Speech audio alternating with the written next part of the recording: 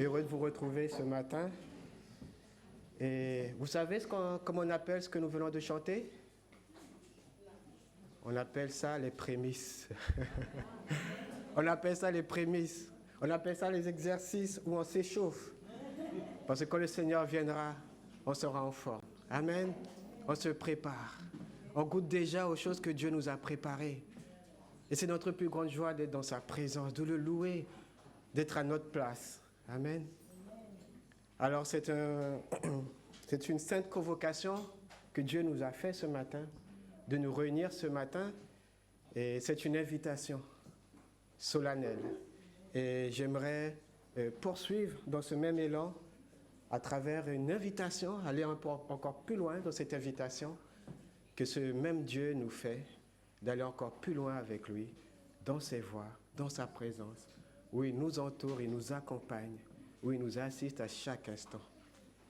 Alors dans cette invitation, on a souvent reçu des invitations, que ce soit pour une fête, une occasion, que ce soit pour une réunion aussi, pour un anniversaire, une célébration de mariage, où l'époux et l'épouse aimeraient bien que nous soyons présents pour partager ces moments avec eux, ces beaux moments où ils aimeraient que nous puissions partager cette joie avec eux.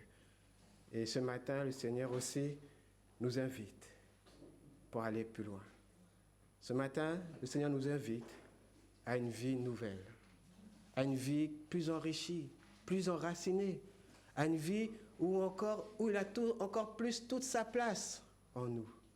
Il nous invite à une vie éternelle. Et le passage que nous allons lire ce matin se trouve dans Jean 7. Ça se trouve dans l'évangile de Jean, au chapitre 7, versets 37 à 39.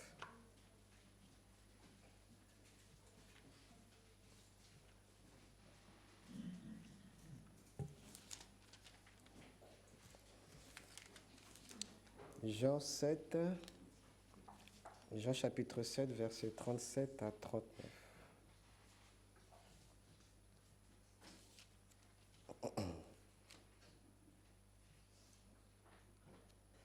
C'est un court passage, mais très riche à ce que le Seigneur désire nous apporter ce matin. Nous lisons ceci. Le dernier jour de la fête est le plus important. Ce jour-là, Jésus, debout, dit d'une voix forte, « Si quelqu'un a soif, il peut venir à moi et boire. Celui qui croit en moi, des fleuves d'eau couleront de son cœur. Et cette eau donne la vie. » On lit cela dans les livres saints. Par ces mots, Jésus parle de l'Esprit de Dieu. Ceux qui croient en Jésus vont recevoir cet Esprit. Mais à ce moment-là, l'Esprit Saint n'est pas encore venu. En effet, Dieu n'a pas encore montré sa gloire à Jésus, la gloire de Jésus. Pour donner un peu le contexte de ce texte, c'est un passage qui se situe dans un contexte particulier, celui de la fête des huttes, ou qu'on appelle aussi des cabanes. Cette célébration juive qui commémorait la récolte et la protection divine, mais aussi l'exode de l'Égypte du peuple d'Israël et ce peuple dans le désert, dont le Seigneur a conduit. C'est dans ce cadre symbolique que Jésus prononce ces paroles. Alors, dans ce texte, comme je dis, qui est court, présente quelques difficultés. Et nous allons les traverser pour encore essayer de les résoudre. La question de savoir du cœur de qui les fleuves d'eau vivent, coulent, comme nous parle ici au verset 38. Le texte peut penser que si quelqu'un vient à Jésus, des fleuves d'eau couleront du cœur de cette personne.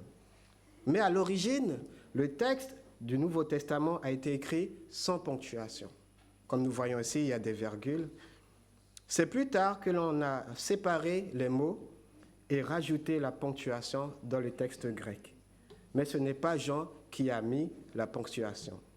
Et ici, Jean veut mettre l'accent sur Jésus et non pas sur celui ou celle qui vient à Jésus. Des fleuves d'eau couleront du cœur de Jésus. Aujourd'hui, on va résoudre des problèmes ce matin. Vous êtes d'accord avec moi? Il y a quelques problèmes dans le texte et on va essayer de les résoudre. C'est vrai que quand on commence tôt de notre vie à l'école, voilà, on commence déjà avec des exercices, il y a des problèmes. Chez nous, il y a des problèmes. Dans la vie, il y a des problèmes. Et vous allez vous dire encore ce matin, je vais à l'église, il y a encore des problèmes. Mais on va essayer de les élucider afin de pouvoir comprendre le fond de ce texte, en sachant que ce texte qui a été adressé au peuple d'Israël au temps de Jésus, dans l'Ancienne Alliance, nous avons à connaître l'arrière-plan de ce peuple, parce que Dieu a choisi dans sa souveraineté, pour son plan pour l'humanité, de commencer par un peuple, afin d'atteindre l'humanité à travers ce peuple-là et de les sauver. Et nous sommes dans l'obligation de découvrir l'arrière-plan de ce peuple, comment ils vivaient, que signifiaient ces choses pour eux, afin qu'aujourd'hui, que cela signifie aussi pour nous. Parce que la parole de Dieu ne change pas. Et si Dieu a veillé qu'elle soit là, c'est parce qu'on a quelque chose à en tirer pour notre avancement. Jésus cite un texte de l'Écriture, c'est-à-dire de l'Ancien Testament. On lit cela dans les livres saints, comme il l'a dit. Mais à quel texte pense-t-il? Quelle est cette eau vive qui coule quelque part? On peut penser à l'eau que Dieu fait jaillir du rocher dans le désert, quand l'Israël devait traverser ce désert pendant 40 ans, où il n'y avait ni d'eau, ni quoi manger. Mais Dieu a pourvu à leurs besoins. Ils sont bien arrivés à Canaan. Mais Dieu a pris soin d'eux. Et il leur fallait d'eau, et il fallait de la nourriture. Dans le livre du prophète Joël, au chapitre 3, versets 1 à 2, Joël dit ceci, « Le Seigneur dit, après cela, je donnerai mon esprit à tous. Vos filles et vos fils parleront de ma part. J'enverrai des rêves à vos vieillards. Je ferai voir des choses nouvelles à vos jeunes gens. À ce moment-là, je donnerai mon esprit, même aux serviteurs et aux servantes. » Ou encore plus loin, au chapitre 4, verset 18, ce même Joël dit dans sa prophétie, « Ce jour-là, le vin nouveau inondera les collines, le lait débordera sur les montagnes, l'eau coulera dans toutes les rivières du pays de Juda. Une source, écoutez bien, une source sortira du temple du Seigneur et elle arrosera la vallée de Sittim. » La vallée de Sittim qui évoque souvent la fertilité, la prospérité. On parle ici, chers amis, de l'abondance et d'une restauration pour le peuple de Dieu. Et c'est la même prophétie que donne Joël.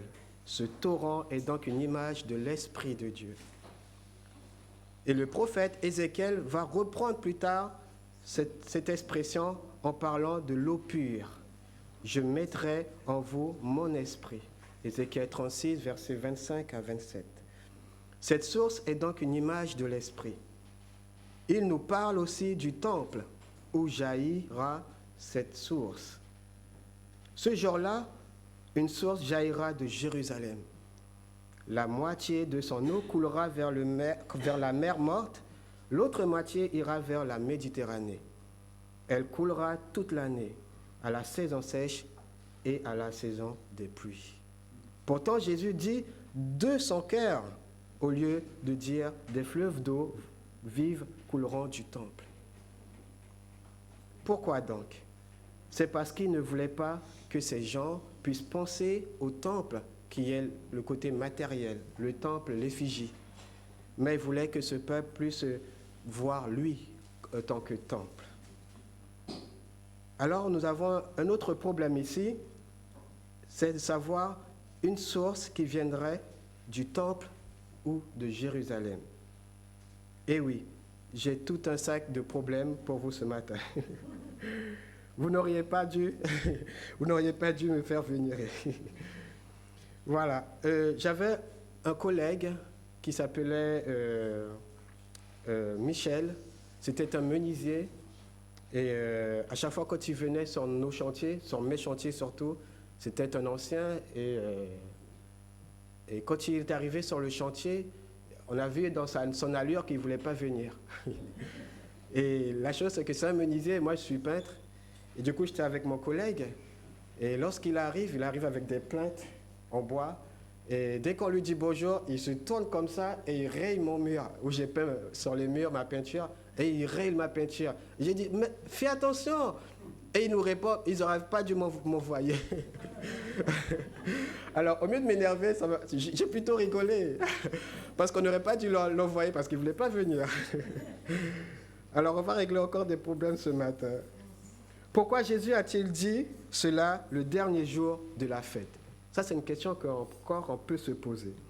D'après le verset 2 du chapitre 7 de l'évangile de Jean, il s'agit de la fête des huttes ou des cabanes. Si Jean donne cette précision, c'est parce que c'est important pour lui. Pourquoi le dernier jour de la fête? Dans l'évangile de Jean, il présente toujours la venue de Jésus comme ayant un lien avec les événements qui se passent dans ce peuple d'Israël. Il essaie toujours de faire un lien afin que les gens comprennent pourquoi Jésus est venu, quelle est l'importance de sa présence et de son œuvre. Comme la femme samaritaine, nous souligne Jean aussi dans son évangile, qui vient puiser de l'eau au puits. Jésus propose l'eau de vie et que cette eau, c'est lui. Après la multiplication des pains, Jésus se présentant comme le pain de vie. Après la résurrection de Lazare, Jésus lui-même déclare « Je suis la résurrection et la vie ». Que se passe-t-il le dernier jour de la fête des huttes qui a conduit Jésus à faire cette déclaration dans notre texte? Il y avait un prêtre à cette époque, comme pratique, qui puisait de l'eau au réservoir de Siloé, un réservoir très connu à l'époque, qui est très connu. Il se rendait au temple et faisait le tour de l'autel des sacrifices. Puis il montait à l'autel et répandait l'eau dans un entonnoir en argent, d'où cette eau coulait sur le sol pour symboliser cette prophétie de l'Ancien Testament. Voici ici le symbole de ce que nous venons de lire. Nous avons un Dieu qui nous parle. Nous avons un Dieu qui n'est pas loin de nous, qui n'est pas lointain. Ce n'est pas un Dieu qui a créé le monde et laisse le monde à la dérive. Non, on a un Dieu qui est proche, un Dieu qui nous connaît, un Dieu qui parle notre langage. La Bible nous dit que ce que nous connaissons de Dieu, Dieu nous l'a révélé. Et Dieu veut vivre au milieu de nous. Et il faut qu'on puisse le comprendre. Dieu qui a créé toutes choses, il sait comment nous parler. Et je m'en doute bien que si vous êtes là ce matin, c'est parce que Dieu parle. Amen. C'est parce qu'il parle. Une quatrième question qui se posera ici, c'est que veut dire Jean lorsqu'il explique que l'Esprit Saint n'est pas encore venu? Parce que Dieu n'a pas encore montré la gloire de Jésus. Le terme glorification de Jésus renvoie à sa mort et à sa résurrection. Parce que l'Esprit n'était pas encore venu. Mais l'Esprit, quand nous réalisons bien à travers l'histoire biblique, l'Esprit était déjà là. On voit que Moïse, que Dieu a appelé pour sauver ce peuple de la servitude, Moïse était revêtu de cet Esprit. On voit encore plus loin à travers les juges qui devaient exercer en Israël. L'Esprit était avec eux. On voit aussi à travers Saül, à travers David, les rois, pour qu'ils puissent exercer et remplir leurs fonctions royales, l'Esprit était avec eux. On voit aussi à travers les prophètes, pour pouvoir parler de la part de Dieu, ils étaient revêtus du Saint-Esprit. Que ce soit les prêtres, que ce soit les prophètes, que ce soit les rois, ces trois sacerdoces, l'Esprit était présent. Et si on va encore plus loin, on voit que même Jean, même dans le sein maternel, l'Esprit était présent. Dans son ministère, l'Esprit était présent. Et on voit pour clôturer tout cela que même Christ, lorsqu'il s'est fait baptiser, l'Esprit est descendu sur lui. Alors la question n'était pas sur le fait que, est-ce que l'Esprit était déjà là? Oui, il était déjà là. Alors on peut penser à cette difficulté, mais ça ne l'est pas.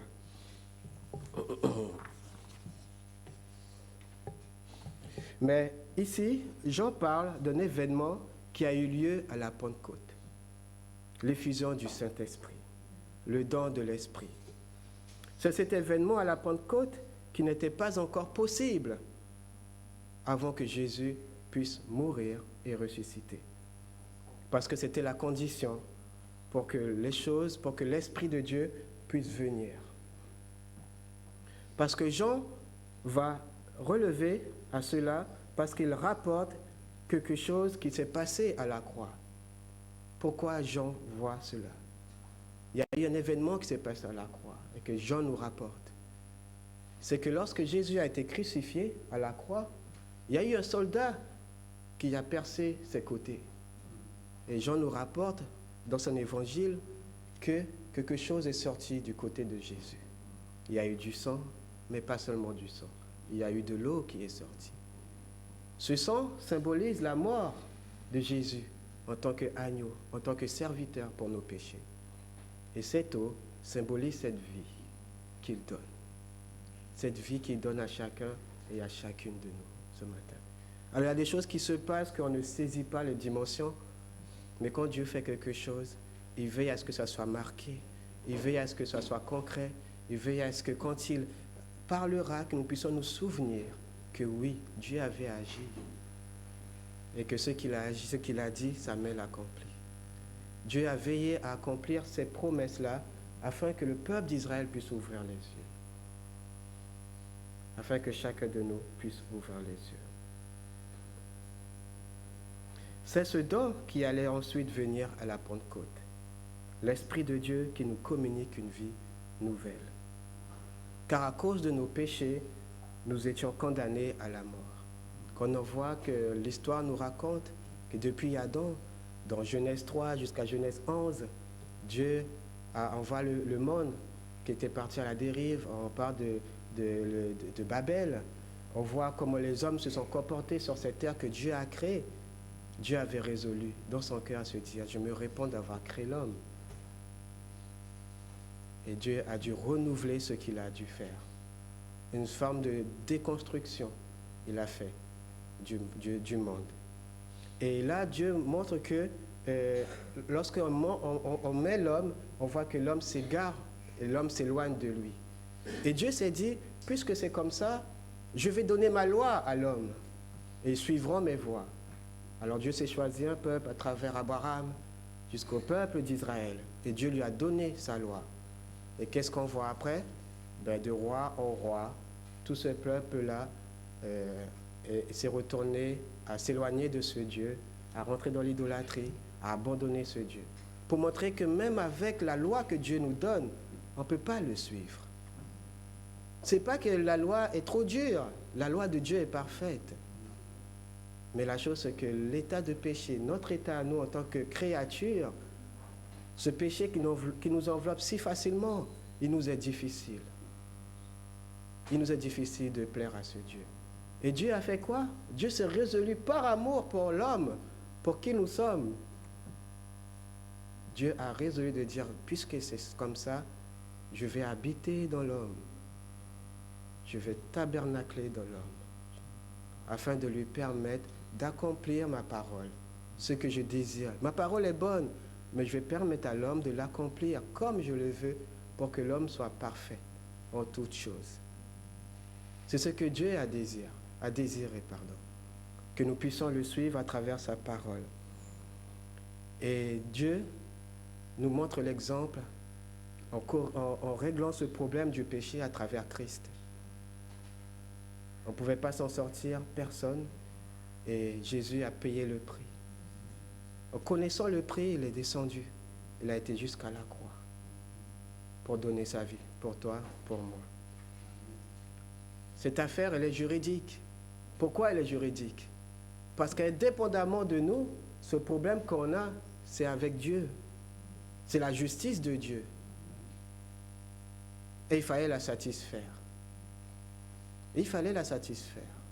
Mais dans notre état, on ne pouvait pas. Mais il fallait la satisfaire. Et Jésus l'a fait. Jésus a donné sa vie sur cette croix. Il a été au tombeau. Il est ressuscité. Et s'est présenté au Père avec les mains percées pour nous justifier devant lui. C'est pour nous justifier devant lui. C'est lui l'agneau de Dieu. Et par le fait que Dieu l'a ressuscité des morts, Dieu a agréé son sacrifice. Et le fait qu'il s'est présenté devant Dieu, le fait que Dieu a agréé son sacrifice, alors, et lui-même, il a dit, je prierai le Père qui vous enverra l'Esprit. Et l'Esprit de Dieu est venu. Alors Dieu voulait vraiment que nous puissions accomplir sa volonté. Et je prenais un exemple. Voilà. Comme exemple, c'est comme une voiture qu'on aimerait commander, mais quand on a une télécommande pour commander la voiture, et aussi quand on se trouve dans la voiture, le mieux, c'est de pouvoir être dans la voiture et de la conduire, que d'être à l'extérieur et la télécommander. C'est plus facile, c'est plus simple, n'est-ce pas, que d'être à l'intérieur, la commander et la conduire. On est plus à l'aise. C'est pour cela que Jésus a dit, vous êtes avantageux que je parte. Sinon, l'Esprit ne viendra pas. Et Dieu a dit, je vais habiter en eux. Voilà ce qui s'est passé à la Pentecôte. L'Esprit est descendu. Et à travers l'Esprit qui habite en nous, c'est Christ qui est présent. C'est Dieu qui est présent au milieu de nous. Le Saint-Esprit qui communique la vie n'aurait pas pu nous être donné si Jésus n'avait pas agi ainsi. Ainsi, il a réglé ce problème de culpabilité à la croix. C'est devant Dieu qu'il a accompli cela. Dans la mort de Jésus, qui était la condition nécessaire pour qu'il y ait la Pentecôte. Jésus est mort et il est ressuscité. Ces jours-là, des fleuves d'eau vive se sont mis à couler du cœur de Jésus. Jésus a répandu l'Esprit sur les apôtres et par la suite sur les croyants. Pierre dit ce jour-là, dans Acte 2, verset 38, « Changez de vie. Chacun de vous doit se faire baptiser au nom de Jésus-Christ. Ainsi Dieu pardonnera vos péchés et il vous donnera l'Esprit Saint. » Le pardon de nos péchés, rendu possible par la mort de Jésus, est le don de l'Esprit que nous pouvons recevoir. Oui, notre texte parle d'ici d'une invitation. Si quelqu'un a soif. As-tu soif ce matin? As-tu soif de ce Dieu-là? Avons-nous soif d'autre chose pour notre vie, où le mal, le péché nous enveloppe si facilement? La Bible dit que la nature soupire après une restauration. Même la nature soupire. Pourtant, ce n'a pas été de sa faute. Mais même la nature soupire. Peut-être même d'une vie autre que celle que nous vivons. Je veux dire oui, et elle est déjà là. Cette vie nouvelle qui est en Dieu, cette vie que Dieu nous communique chacun et chacune.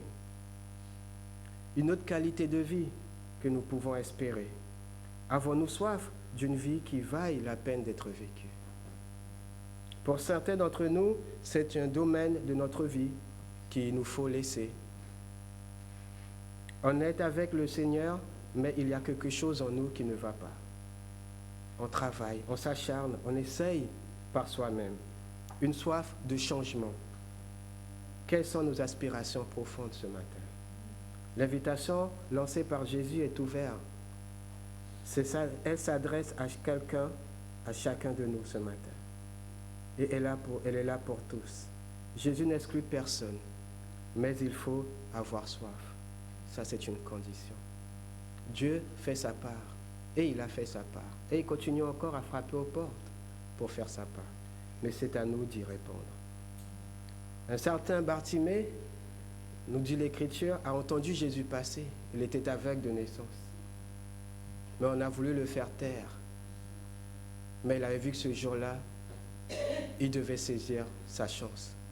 Alors il a laissé son manteau qui symbolise son histoire, ses casseroles, tout ce qu'il avait de bien, tout ce qui pouvait même le retenir, comme le poids même de ce manteau, dans ce zèle, dans ce désir, dans ce soif de pouvoir être libéré, de ne plus repartir comme il est venu. Il a levé son manteau. Il a montré un désir de changement. Jésus veut répondre à notre aspiration profonde. Si quelqu'un a soif, qu'il vienne à moi. Nous n'avons pas besoin de creuser un puits, de chercher à combler nos aspirations par nos propres ressources ou par nos propres performances ou nos efforts pour être plus efficaces ou même adopter une bonne morale. Souvent, quand on demande du secours, on s'agite tellement.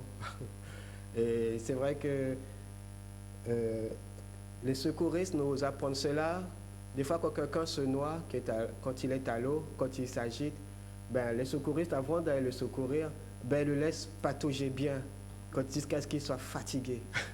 Parce que si le secouriste va avant, il pourrait l'entraîner avec lui et s'accrocher et le noyer, le secouriste.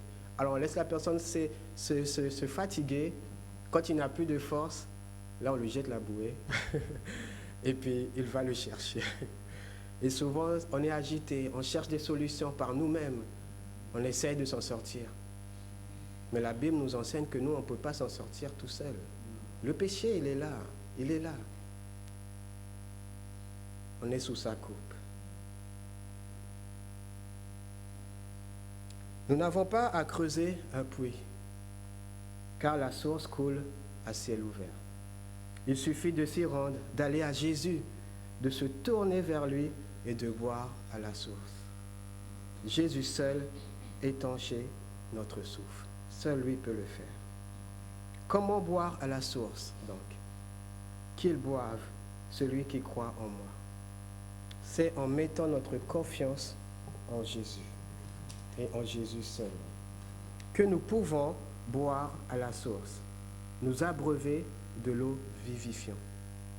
Nous ne pouvons pas nous pouvons pas produire cette eau nous-mêmes. Nous ne pouvons pas non plus lui acheter cette eau. Nous ne pouvons pas la recevoir en lui et seul par notre propre force. Il suffit de lui faire confiance, et de mettre notre vie entre ses mains. Ou si nous lui avons déjà confié notre vie, il est besoin de toujours être en contact avec cette source. Alors cette invitation est pour celui ou celle qui a les deux pieds, ça c'est l'expression qu'on utilise, dans le Seigneur, qui sert le Seigneur. Il ne faut pas oublier d'être connecté à cette source. C'est une source qui nous renouvelle, et cela même chaque matin, dans nos efforts. C'est une source auquel nous devons nous tenir à ses pieds. Marie savait se tenir aux pieds de Jésus, parce qu'il était la source. C'est une source qui est là, intarissable. Même si on sert le Seigneur, il faut qu'on soit à cette source. Il y a cette image de ce berger qui a ses brebis et qui est avec son bâton, et il se trouve dans un champ où il laisse ses brebis qui est en train de paître. Et qu'est-ce que fait ce berger? Il monte sur une montagne pour s'asseoir. Pourquoi? Parce que lui aussi il a besoin de se reposer. Ce bâton symbolise pour le berger la parole de Dieu, un appui pour monter sur cette montagne. Et cette montagne symbolise la présence de Dieu, là où il s'assoit, où il se repose. Il se repose en hauteur et il observe les brebis en bas parce qu'il a un regard sur eux, mais lui aussi il a besoin de se reposer. Il a besoin de se ressourcer.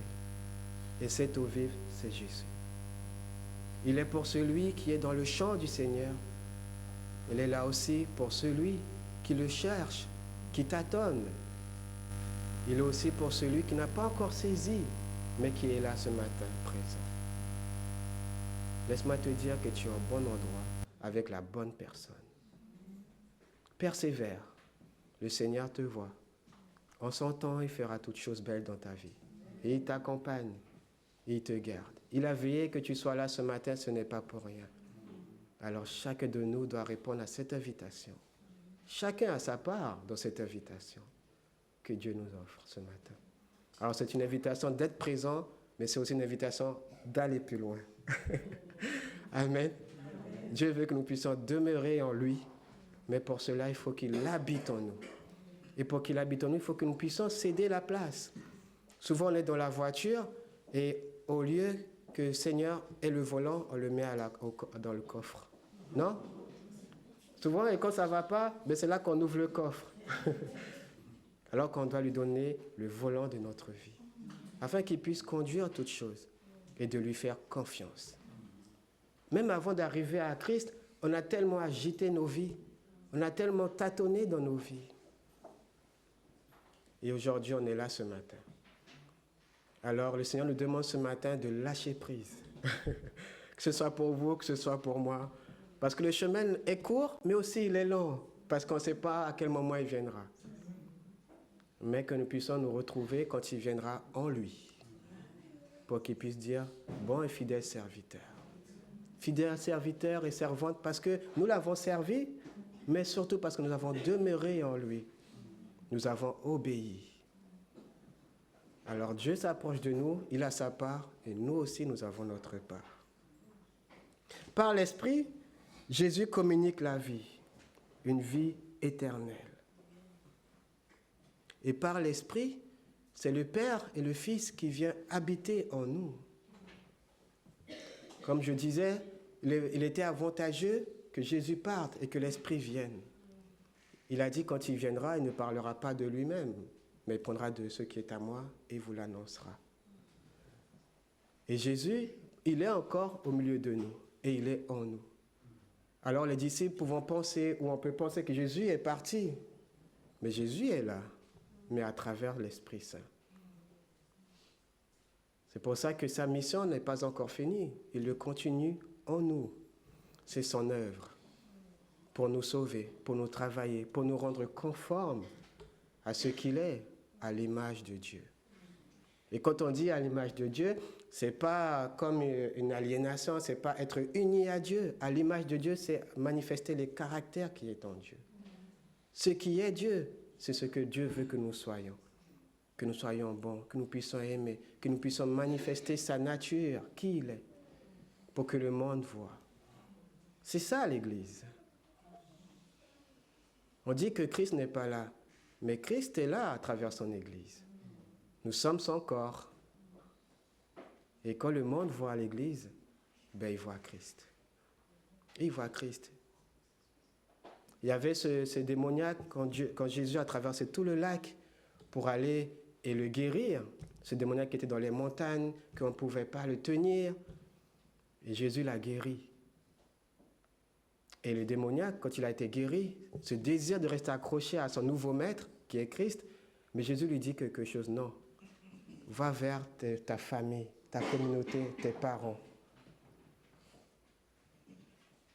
Christ est parti, mais Christ n'était pas parti, parce que quand il est parti vers sa communauté, il a dit ce que Christ a fait pour lui. Il a témoigné. Ça veut dire que Christ était là aussi. Christ était présent aussi. Et Christ a dit, non, va vers ta famille, va vers tes amis. Pour montrer que Dieu est présent dans nos vies, Christ l'a envoyé vers sa communauté, sa famille. Pourquoi? Parce qu'il les a manqués aussi. Pendant ce temps, il était loin de sa famille. Sa famille ne pouvait pas, il le voyait dans un état sale, perdu, se débattant dans les montagnes, se meurtrissant. Mais Christ l'a envoyé parce qu'il manquait aussi à sa famille.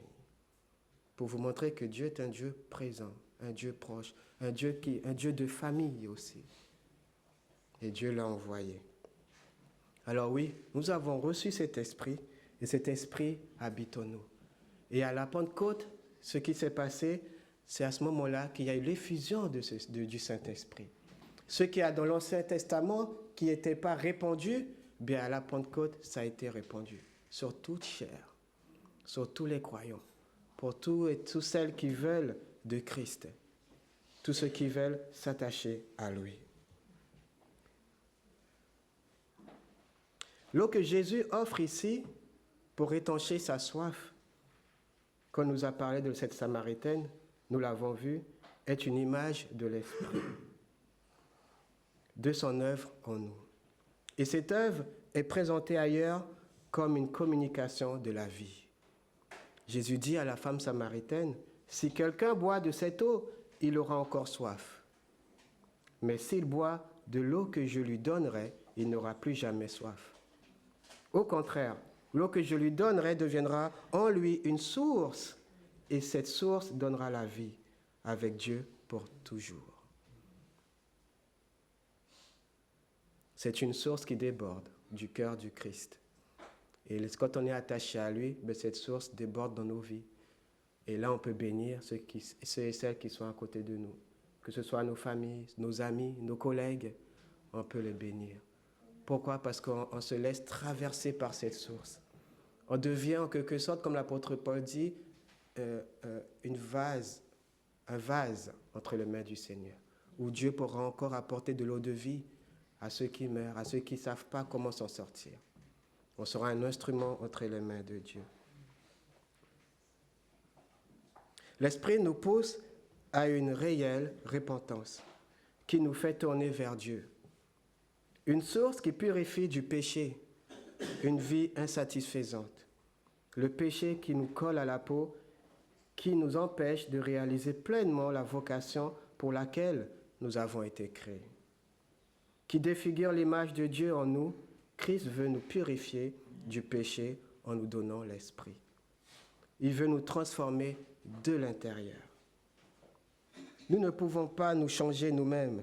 Nous avons besoin de l'œuvre de l'Esprit dans nos vies. Nous avons besoin d'une transformation profonde, d'un changement de notre cœur, de nos dispositions profondes. C'est notre cœur que Dieu veut changer. C'est notre vie. Quand Christ est venu, beaucoup d'hommes et des femmes, même le peuple d'Israël, pensaient qu'il allait se dresser comme un roi, comme un vaillant guerrier contre l'occupant romain. Mais Christ a dit non, je ne suis pas venu pour ça. Je ne suis pas venu pour ça. Je peux régler ce problème. Mais après, le problème ne vient pas de là, ça vient du cœur. Et lui, il était en mission pour changer le cœur. Pourquoi? Parce que ce n'était pas un problème qui est dû à 2 peuples seulement, mais à toute l'humanité. Même en tant que chrétiens qui marchent déjà avec le Seigneur, et même en tant qu'Église, nous avons besoin de cet esprit. Ce n'est pas pour une fois pour toutes que nous ayons cet esprit et qu'on peut se dire, ça suffit, c'est bon, j'ai tout ce qu'il me faut. Nous avons besoin de boire au torrent. Cela chaque matin, chaque jour de notre vie. Dieu, dans sa parole, nous appelle à mener une vie sainte. Et nous faisons des efforts. Nous faisons des efforts pour cela. Mais sans compter sur l'œuvre du Saint-Esprit, nous ne pourrons pas. Le Seigneur lui-même disait que sans moi, vous ne pouvez rien faire. Vous ne pouvez rien faire sans moi. Le Seigneur doit porter du fruit en nous. L'Esprit doit porter son fruit. Et cette œuvre de l'Esprit ne sera pas encore achevée dans ce monde. Nous y travaillons, nous sommes avec lui, il nous accompagne chaque jour. Et cet Esprit qui a ressuscité Jésus, qui a été avec Jésus et qui l'a ressuscité des morts, c'est le même Esprit que nous avons et que nous persévérons, que nous attachons, cet Esprit qui nous soutient. Et au dernier jour, cet Esprit nous ressuscitera aussi. L'apôtre Paul le souligne, l'Esprit qui a ressuscité Christ habite déjà en nous. Et c'est ce même Esprit qui nous ressuscitera.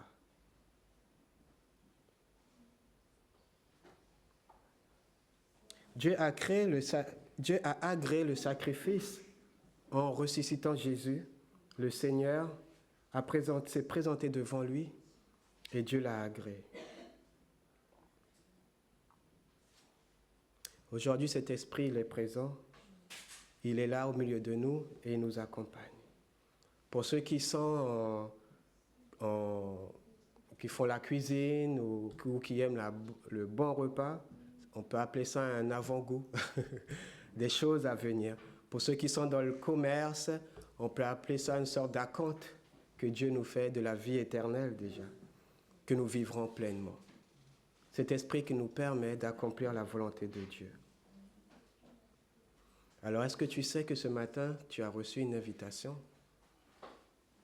Que celui qui a soif, mais aussi une invitation au repas des noces aussi.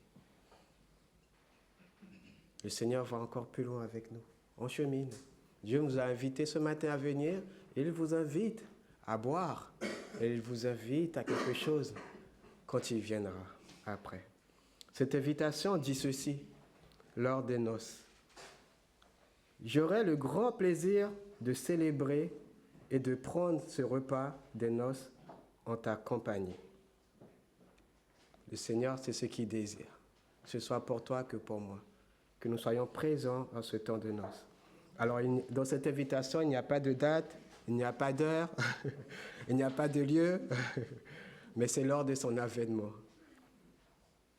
Et voici quelle vision Jean en a eu. Ensuite, l'ange me montre un fleuve d'eau qui donne la vie.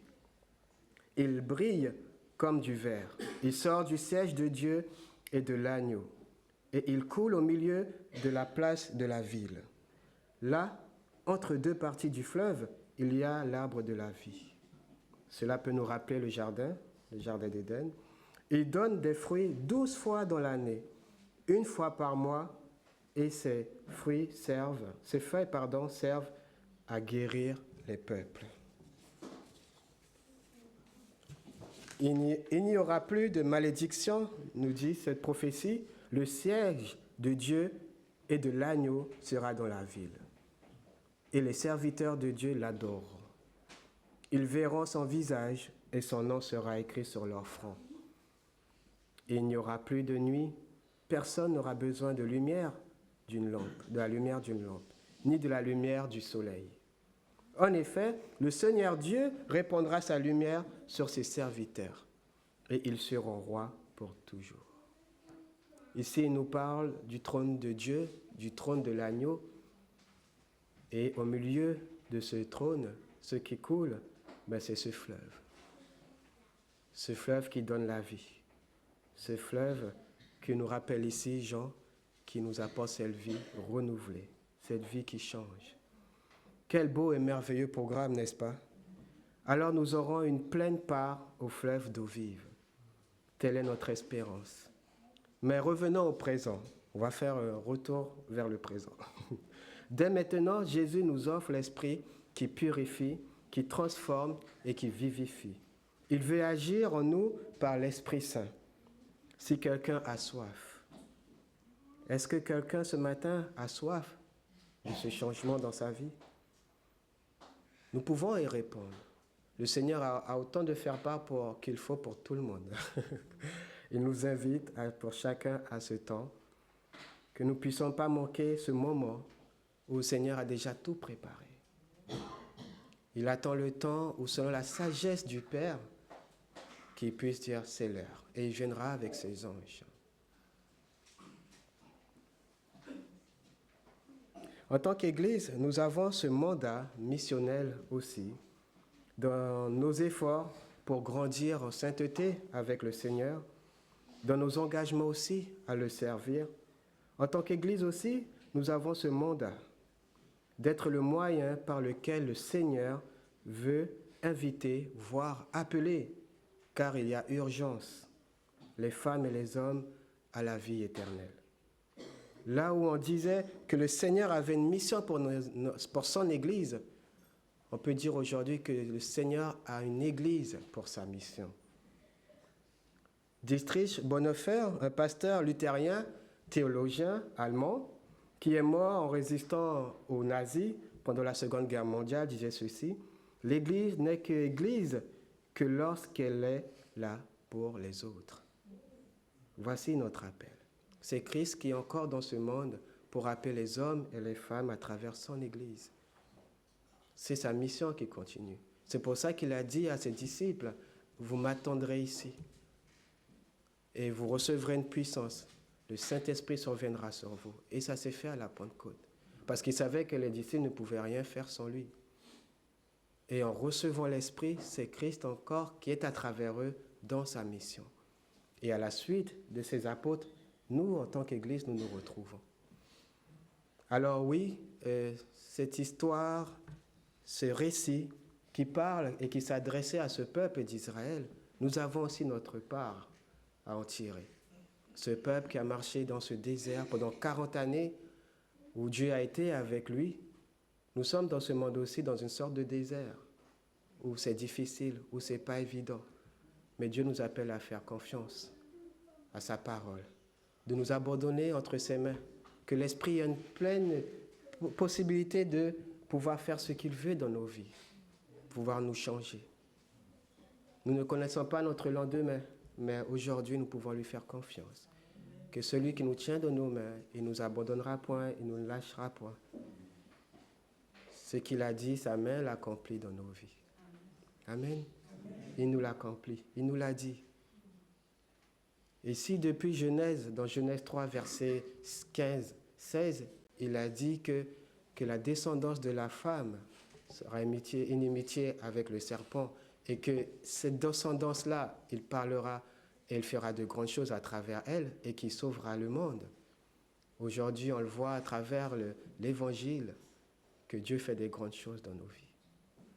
Dieu, depuis là, la Genèse, avait résolu de sauver l'humanité. Il écrasera la tête du serpent. Il sera vainqueur. Bien que le serpent l'a mordu au talon, et on voit cela à la croix, mais Jésus a vaincu. Jésus a vaincu. Dieu avait résolu. C'est pour ça qu'on parle que l'évangile est là, mais l'évangile a été depuis. Depuis que l'homme a péché, Dieu n'a pas résolu de le détruire, mais de le racheter.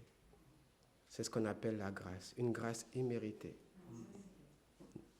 Adam ne le méritait pas, nous ne le méritions pas non plus.